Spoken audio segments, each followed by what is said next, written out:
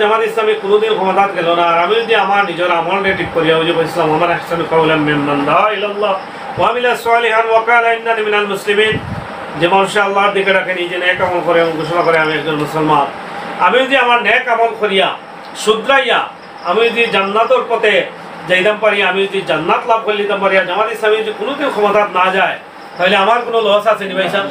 কিতাবত মুরব্বী আমার কোনো লস আছে নি? আমার খালি লাভ আর লাভ, ঠিক আছে না? আমরা জামাত ইসলামী করি, ইসলামী সংগঠন করি ও উদ্দেশ্যে। অনেকে কইব ইসলামী সংগঠন করতে রাজনীতি খেলেবা, রাজনীতি না করলে আল্লাহ রাব্বুল আলামিনে কইরা কাফের হয়ে যাবে। আল্লাহ রাব্বুল আলামিনের ঘোষণা, আল্লাহ রাব্বুল আলামিনে কইরা তুমি রাজনীতি করা লাগবে। ও যে কুনতুম খায়রা উম্মাতিন উখরিজাত লিন-নাস তা'মুরুনা বিল মা'রুফ ওয়া তানহাউনা আনিল মুনকার, আল্লাহ কইরা না যে তোমরা মাঝে একটা দল থাকাও লাগবে। দল মানে কিটা? একটা সংগঠন, সংগঠন দেখা লাগবে না।